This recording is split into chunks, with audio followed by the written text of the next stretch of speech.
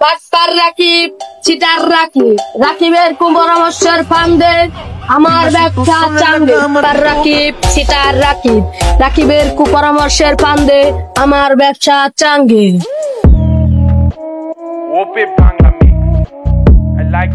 কিরে রাকিব, যাস কোথায়? পুরো এলাকা দিয়ে ভাইরাল হয়ে গেছে। তুই বলে মেয়েদের দোকানের চা বাকি খাইছ, পুরো এলাকা ভাইরাল। আমার যা কিছু লাগতেছে রে বাবা। তুইও আমায় ভালো লাগে, তুইও তো যে বাইক আছিস সেটা তো আমার কাছে কইছে। মেয়েদের দলে তো চেষ্টা বাইক আছিস, মেয়েদি হে আমার কইছে। মেহেদি তোর আজকে পায় নাই, তোর আজকে খাইছি দাঁত। কি হয়েছে তোমার? এত উত্তেজনা হওয়ার দরকার নাই, কোনো সমস্যা নাই। তুমি তোমার কি হয়েছে তুমি আমার কাছে বলো। কি হয়েছে আপনি জানেন? মেহেদি কি করছে? পুরো গ্রাম এলাকা ভরকে কইছে মার্কিন করকে যে আমি ওর দোকানে বাকি খাইছি, চেষ্টা বাকি। ওই আমার এই কই আমার ম্যানেজার জানেন, আমার বিদেশের তা ফোন করে আমার কইছে মাইছে যে তুই বলে বাকি খাইছ মেহেদির দোকানের থেকে। আমার ম্যানেজার আছে, মানলাম আমি ওর দোকানের থেকে বাকি খাইছি। তাই এই গ্রাম পুরো গ্রাম ভরকে কি মার্কিন করে কইতে হবে যে ওর দোকানের থেকে আমি বাকি খাইছি? ঠিক তো, মেহেদি তো এটা ঠিক করে নাই। এলাকার ভিতরে দোকান থাকলে বাকি খাবি, এটা স্বাভাবিক। তাই বলে মেহেদি যে গ্রাম ভরে ভাবে বলছে, এই বলাটা তো ঠিক হয় নাই। এই জন্য ওর সঠিক বিচার হবে, তুমি বিচার পাবা। আপনার এলাকার গণ্যমান্য ব্যক্তি, আমাকে এলাকার মেম্বার, আপনার কাছে বিচারটা দিলাম, নাহলে আমি অনেক গেতাম মামলা করবার নাকি, মানানির মামলা করবার নাকি। আপনারা দেখে বিচারটা দিলাম, আপনি নিজে বিচারটা করে দিবে।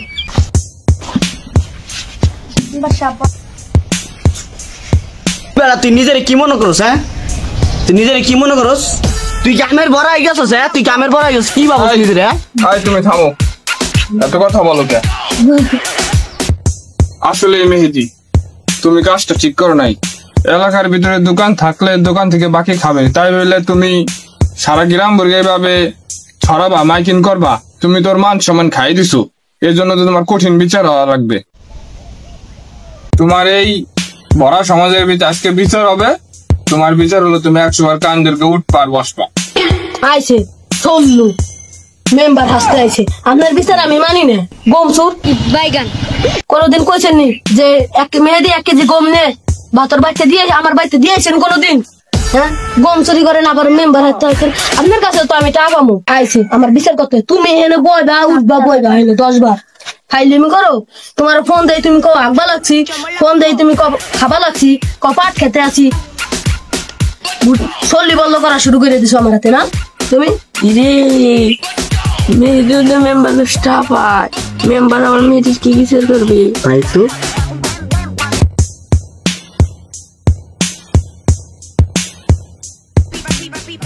কি অবস্থা মেম্বার সাহেব, ভালো আছেন নি? ভালো আছি। আমার কিছু জিনিসপত্র লাগবে, এই জন্য তোমার দোকানে আসলাম। তো ওর কাছে লিস্ট আছে, তুমি ওর কাছে সব দিয়ে দিও। আর বিলটা খাসায় খুশা দিয়ে উঠাই দিও। মাস শেষের বিলটা আমি দিয়ে দেবো। মানে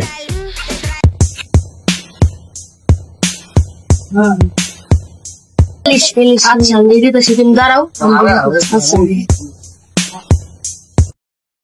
বেটা চুপ, বড় সমাজের ভিতরে এগুলো কইস না, আমার মান সম্মান খাইস না। চুপ চুপ, এগুলো কি জায়গা পাওয়া যায়? আজকে আমার টাকা দেবা এখন এইখানে খারাইয়ে, নইলে তোমার আমি পাড়াইয়া তোমার টাকা উড়ে দেব।